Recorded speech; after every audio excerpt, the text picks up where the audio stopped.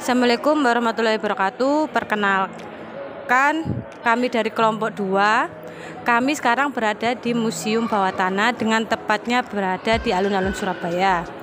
Dan perkenalkan, saya Oki Dwita Lorenza dengan NPI 14621000136. Perkenalkan, nama saya Puspita Pratama dengan NBI 14621000134. Perkenalkan, nama saya Dhani Fauzan Al-Faruq, NBI 14621000135. Perkenalkan, nama saya Yoga Di Pratama dengan NBI 14621000138.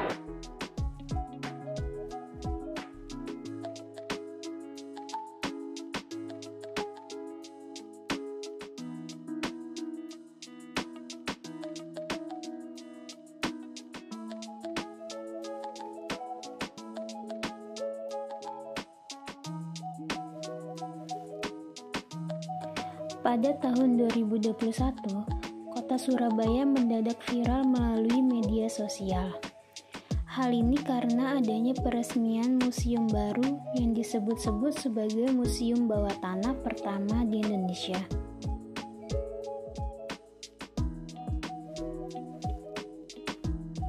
Museum yang diisi dengan hasil karya indah seniman Surabaya ini memiliki interior yang indah dan fasilitas modern yang mewah. Tak heran setiap pengunjung yang datang selalu berhasil menciptakan konten media sosial yang estetik pula.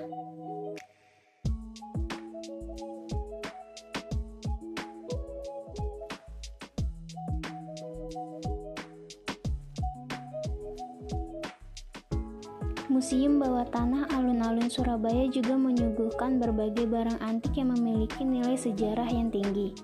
Benda-benda antik ini masih terjaga baik dan dipamerkan melalui kotak-kotak kaca yang membuatnya semakin nampak unik dan mewah.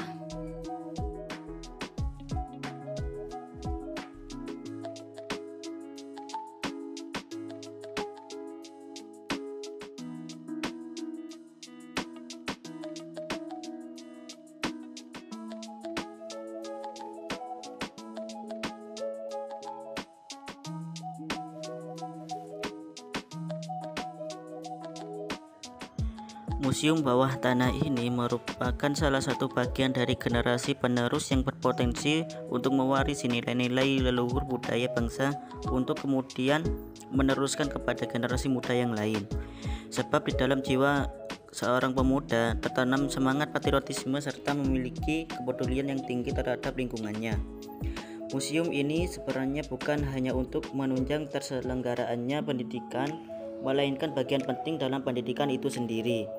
Dalam awal sejarah museum tersebut berkaitan dengan erat nuansa ilmu pengetahuan bagi seseorang yang secara sadar berkunjung ke museum.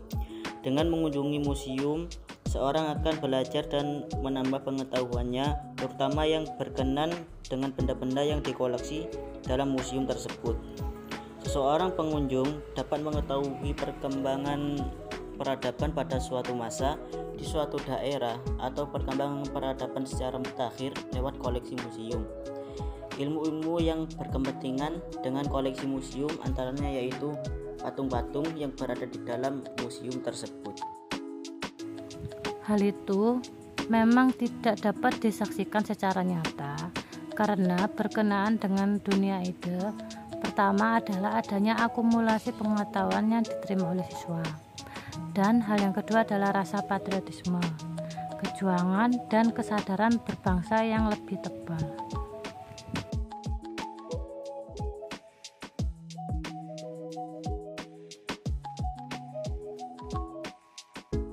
Setiap bangsa yang berjuang mempunyai pahlawan mereka.